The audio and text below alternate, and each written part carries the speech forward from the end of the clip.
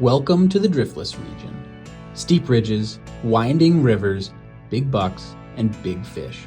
I'm a dad who loves the outdoors, and I'm trying to pass that love on. Not just the skills, but the patience, the lessons, and the memories that last a lifetime.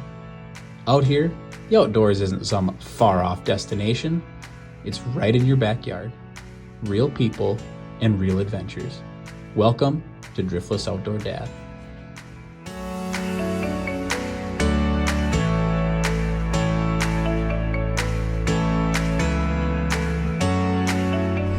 Guys, I'm still in the car because it's very cold outside and I need to stay warm as long as possible, but we are switching over rods and reels because we are at the Dresbach Dam for the, what is this, the third time this year, but finally we get to fish all the way up underneath the dam. There are tons of people out here today. I am so pumped to get out there for about the last hour and a half of light.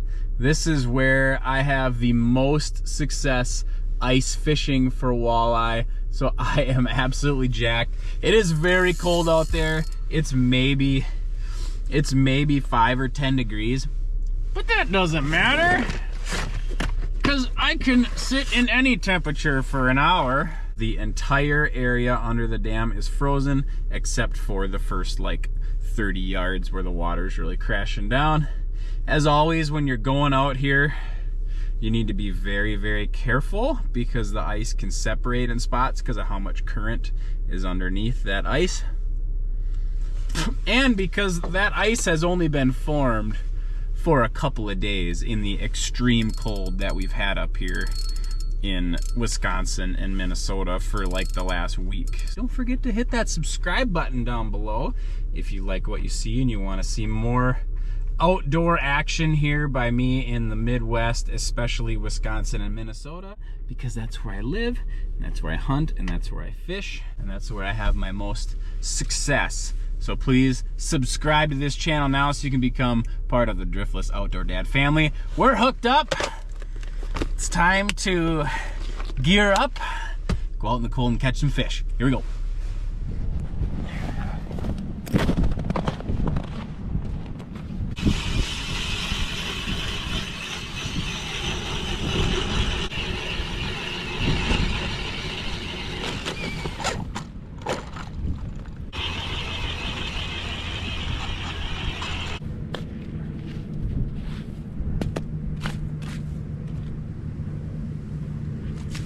Oh guys, we're set up here today. We are under the dam.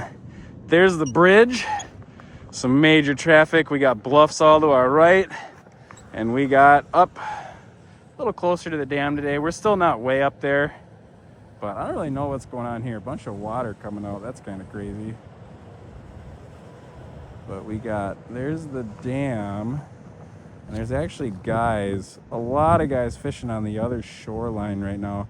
I think that's more perch and panfish over there, but I bet there's some walleye over there too.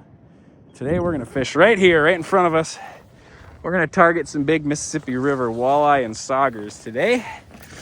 And we're gonna do it like we always do. Oh, my camera's not even pointing at me over here. My goodness. And we're gonna do it like we typically do on this channel with the simplest of setups.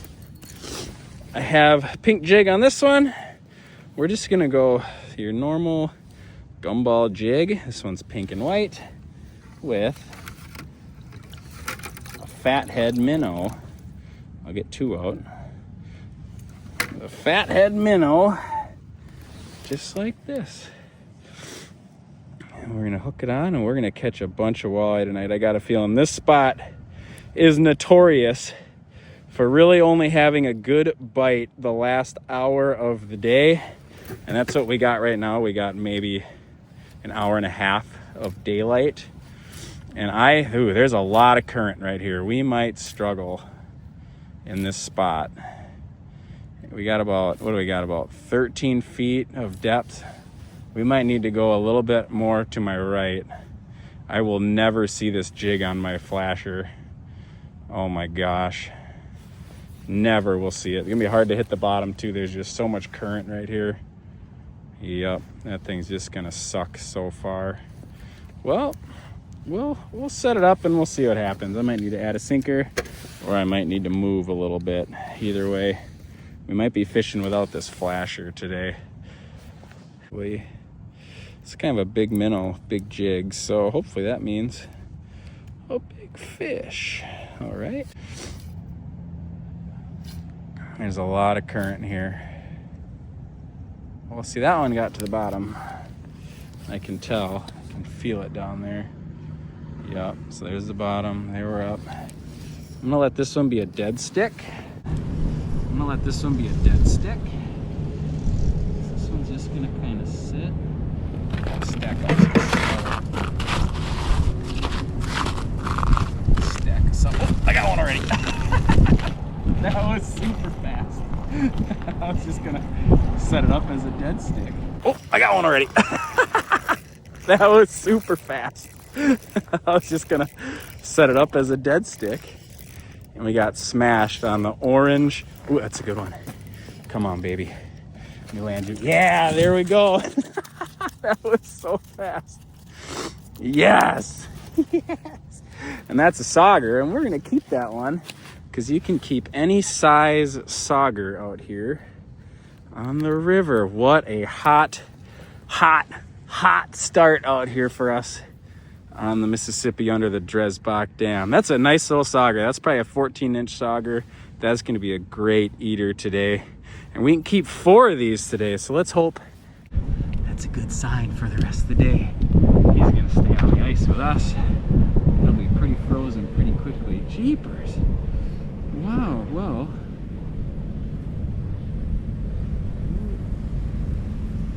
We'll try and keep this minnow on a little bit longer, but we got a lot of minnows for the one day of fishing we're gonna do out here today. The orange jig.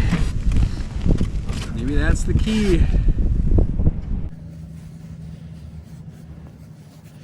And as always, I got on my 2 pairs of gloves today.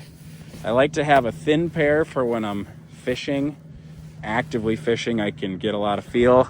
And then I wear these thicker ones for when I'm just kind of chilling or when I'm walking in and out, because these ones are really warm. They're both Ice Armor by Clam gloves. These things rock. I highly recommend you get both of them. These are great for more like spring and summer activities, and these are obviously great for being out on the ice and ice fishing. I've had these for years and they're still in really good shape, so highly recommend you get yourself a pair. I got a link down in the description. It's just an Amazon link, nothing special, but highly recommend good pair of gloves like these Ice Armors. And again, my tactic out here is mainly just soft jigging. I'll try and I'll let the jig kind of bounce off the bottom sometimes, and then I'll kind of softly jig it up and see if anything wants to chase it. It's too bad there's so much current out here that I can't really get the Markham to work very well. I've tried a few different holes in front of my holes, but there's so much current that it doesn't really do very well way out here in the current. So we're just gonna try and catch fish the old-fashioned way, like I caught that first one. This one's got a pink and white jig. This one has an extra sinker on it to get it to the bottom a little faster, and that fish there on the ice smashed it with that extra sinker, so it obviously did not mind, and it kind of hit it high up. And as always out here, these fish, they don't it's not like summertime where they rat-a-tat-tat-tat-tat-tat-tat when they bite. It's more like they just kind of bite it, hold it, and either swim away or just barely move with it. So you'll see your rod just kind of if you're jigging like this, you'll all of a sudden just have a little bit of weight.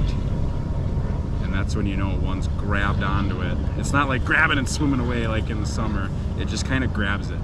And then it just sits there. That's when you nail it. We're gonna nail a few today. I got a good feeling.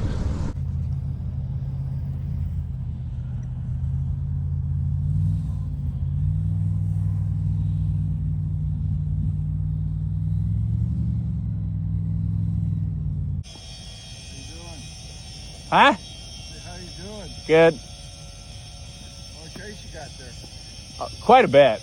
Really? Quite a bit, yeah. At 8 to 10, maybe more.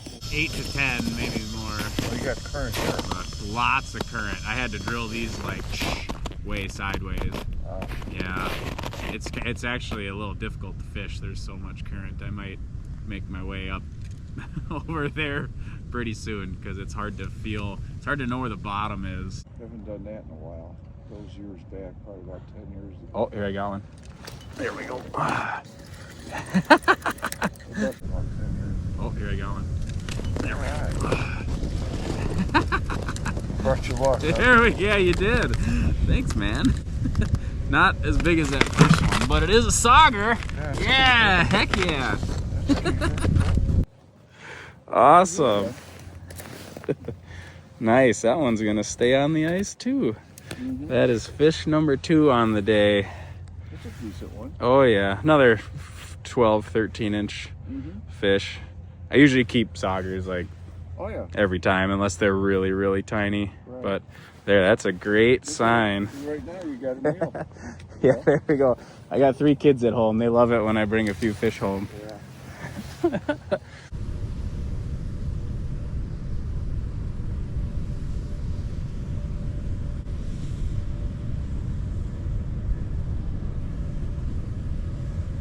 Oh, there's one. There we go.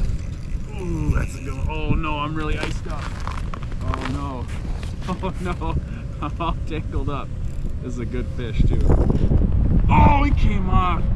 Dang it. This is a good fish too. Oh, he came off. Dang it. Dang it. Oh. Dang it. I got all iced up and he popped off. Son of a gun.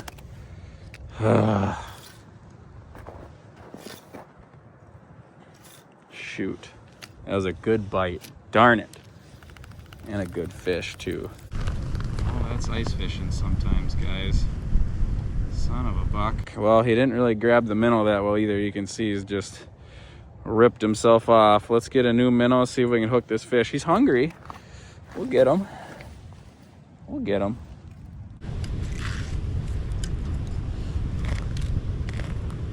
All right, guys, I'm gonna go move for these last 20 minutes of light into a spot where there's not so much current. Let's pack it up and get up there.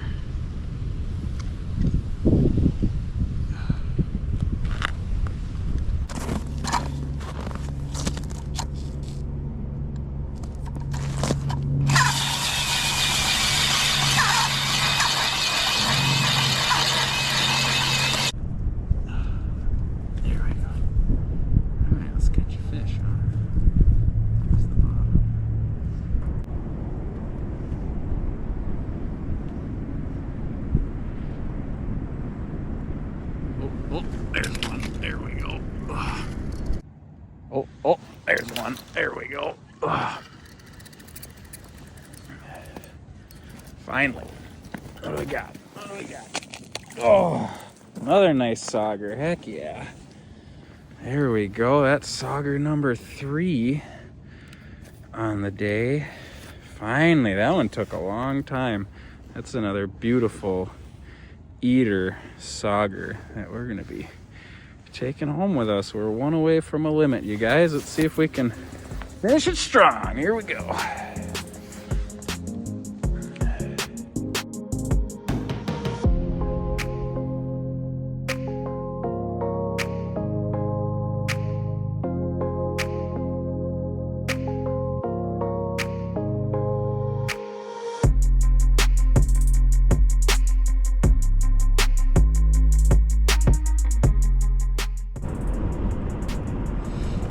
Let's get out of here.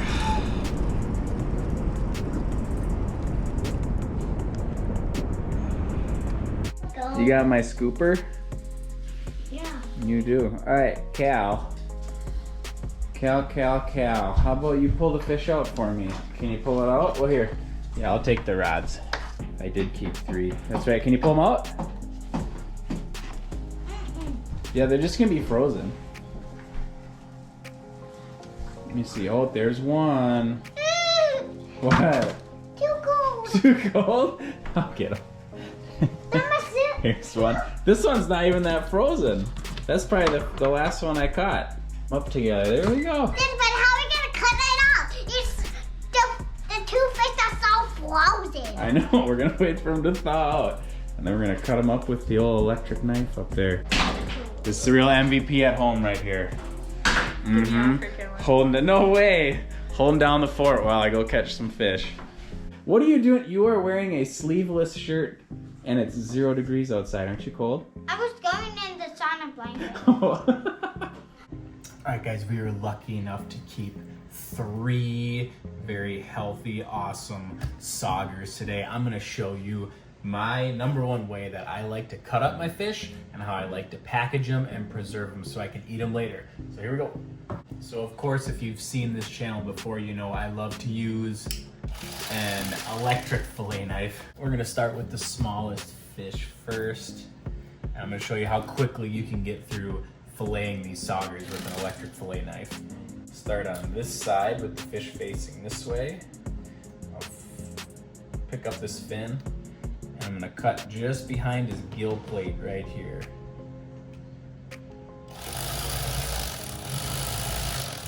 I'm gonna go down, but definitely make sure you don't go through the backbone right here. You're gonna kind of just curl it sideways and run along that backbone, just like this.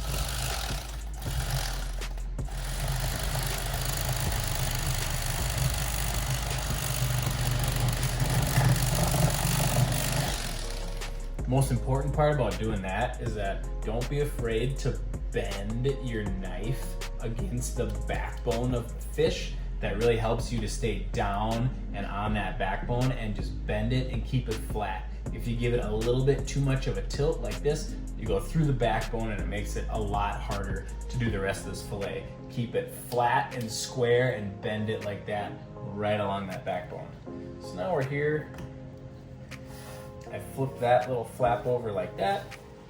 And I'm gonna go down the tail as far as I can. Same thing here, where you just wanna keep it flat and really bend that knife. Just like this.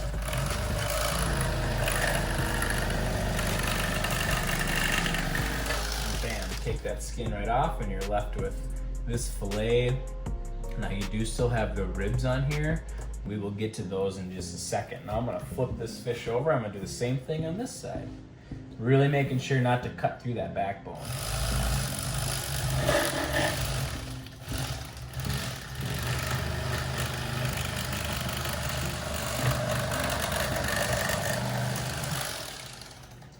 There we go, let's flip it flat.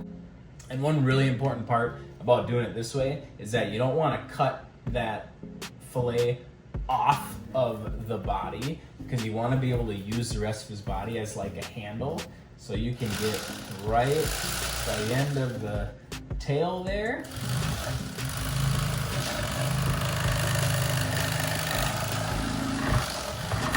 And it makes skinning it super easy when you can use the rest of the body as a handle.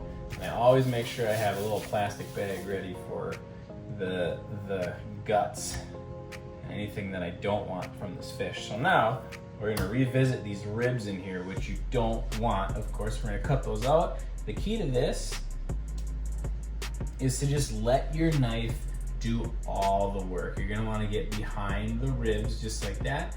You're gonna cut down, and again, kind of flatten your knife and push it against the meat down below, and it's gonna take those ribs right off.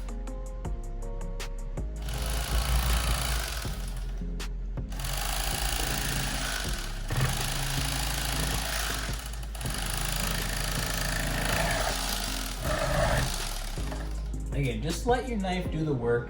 You don't need to be doing any of this. Just hold onto that pressure and hold on to that knife, and just hold on to that trigger and let it just glide through, and you end up with this beautiful walleye fillet. Now this sauger fillet technically. Now this was a smaller sauger. This one was only probably 13 inches long, but you still get a really nice fillet. Throw it in the bag, and there we have another nice, awesome little chunk of sauger, all bunga. Let's do the other two.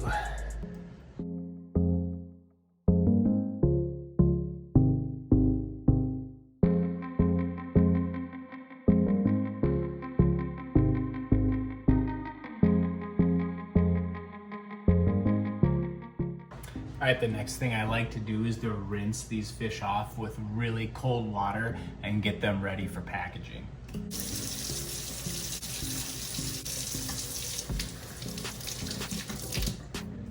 All right, now we need to do one last thing before we package these fish, and that is to pat them dry, because we're gonna vacuum seal these fish.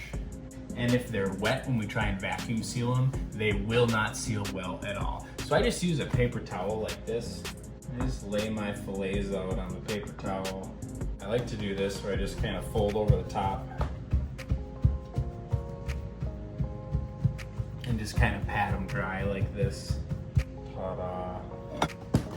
All right, now our last step is we're finally going to vacuum seal these fish so we can eat them whenever we want in the future, and they're not gonna get freezer burnt or go bad in the freezer over a long period of time if we decide not to eat these fish for 6 months. This is just a super cheap Ziploc vacuum sealer. I don't even remember where I got it from. I just remember it was on the cheaper end. If I can find this on Amazon, I'll link it in the description. Same with these food saver bags. If I can find these on Amazon, I'll also link them in the description. I really like these style, the 11-inch wide rolls, 16-foot long rolls. So you have tons to work with. Basically, you get 3 rolls in a box. I'll take one out. Whoa!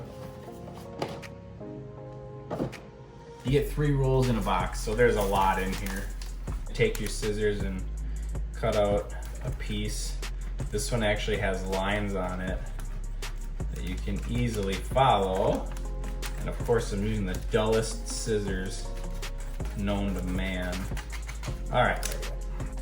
When you get these roll style, you gotta seal the one end first. Just hit seal.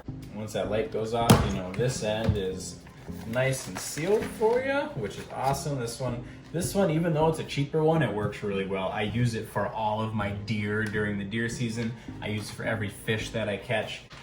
I like to lay these fish in here as flat and nicely as possible. I feel like it makes it a lot better and faster thawing when you're actually gonna eat these in the future. And so now we got these in here. So on this one, we're gonna stick the bag all the way in. We're gonna close it down. We're gonna hit vacuum and seal. Here we go. And now we have a nice sealed, no air, vacuum sealed package so we can eat this anytime in the future. Can't wait. We got one last thing. You always need to mark your vacuum seal packages. So we're gonna say 3 sauger and the date. Today is 1/27/2026. Now this is going in the freezer. Thank you guys so much for watching today. I really appreciate every single one of you. If you're not subscribed already, make sure you hit that subscribe button down below. It means the world to me that you want to become part of the Driftless Outdoor Dad family. I'm gonna go put this in the freezer. We'll see you next time.